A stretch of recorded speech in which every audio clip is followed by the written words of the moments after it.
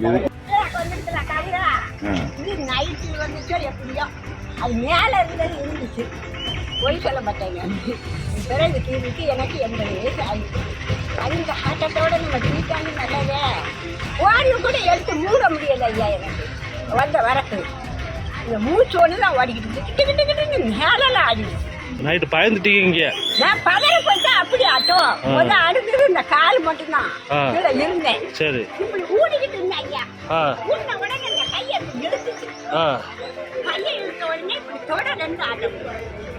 இது என்ன இப்படி ஆடணுமா அப்படின்னு அந்த பிள்ளைங்க ஆட்சி வேண்டாடுதான் ஆடுவேன்னு அவன் நட்டம்னா இருந்துட்டேன்.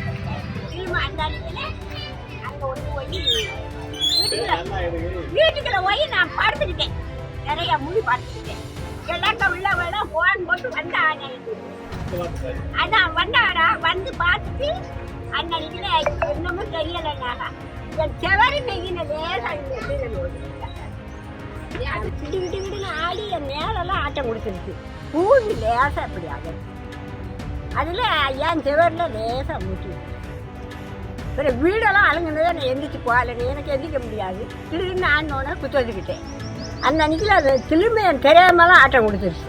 நான் வீட்டுக்குள்ளே போய் பாடியை முடி படுத்தேன். படுகாதண்ணா தசம் போய் படுத்துக்கிட்டேன். இவ்வளோ தான் நடந்து பிற அங்கிட்டு எல்லாம் வீட்டுக்குள்ள இருந்தவெல்லாம் ஓடியாந்துட்டாக. நாங்கள் 4 பேர் இன்னும் இருந்துக்கிட்டு 4 பேருக்குமே ஆட்டம் கொடுத்துருச்சு.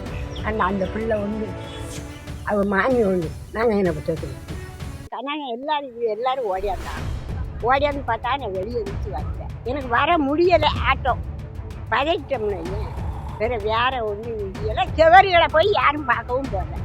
வீட்டுக்குள்ள என்னென்ன செவரு ஓடிக்கிட்டா என்னன்னு சொல்லி விடிய காலம் தான் பார்த்துட்டு அவன் பாட்டில் கண்ணையை வண்டியை விட்டு ஓடிட்டான். இவன் என் பேரனும் ஓடிட்டான். யார் இருக்கா அவனுக்கு ஃபோன் போட்டதான் 9 மணி இருக்கும். 9 மணி இருக்கும். அந்த அளவுக்கு நான் ஒன்று என் பேர் ராமலட்சுமி. நைட்டு ஒரு 9 மணி இருக்கும். நாங்கள் வீட்டில் உட்காந்து டீ பார்த்துட்டு இருந்தோம்.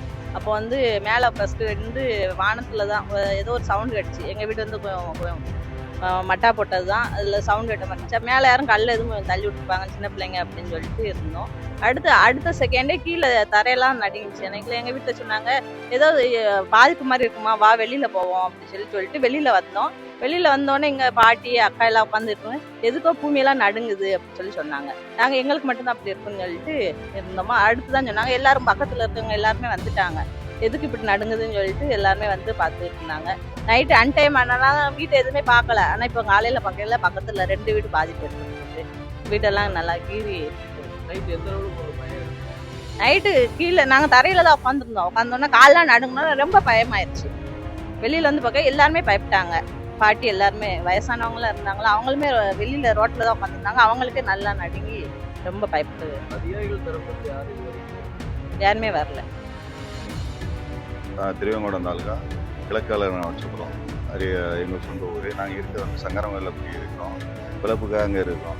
நைட்டு சில்லிபுத்தூர் மற்ற இடத்துலலாம் நில அதிர்வு ஏற்பட்டுங்கிறதுனால எங்கள் ஊர்லேயும் சொன்னாங்க. நாங்கள் நைட்டு சரி சங்கரமலையில் இருக்கணும் வர முடியாத சூழ்நிலை. காலையில் வந்து பார்த்துக்கலான்னு பார்க்குறப்ப எங்கள் வீடு உள்புறம் வெளிப்புறம் எல்லா இடத்துலையும் பிரிவு ஏற்பட்டிருக்கு, விரிசல் ஏற்பட்டிருக்கு.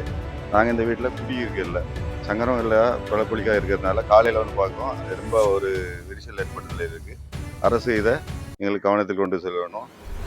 இந்த நிலவரத்துக்குண்டான காரணம் என்ன அப்படிங்கிறத அறிவியல் ஏற்படுத்தி ஆராய்ச்சி செய்ய வேண்டும் அப்படிங்கிறது எங்களோட கோரிக்கையாக இருக்கிறோம். இல்லை எனக்கு 45 வயசு ஆகிட்டு இன்ன வரையில் ஏற்பட்டதுக்கு ஒரு அறிகுறி எதுவுமே இல்லை. ஆனால் இது ஒரு அதிசயமாக இருக்கிறதோட ஒரு புதுசாக ஒரு வித்தியாசமாக தெரியுது எங்களுக்கு. ஆனால்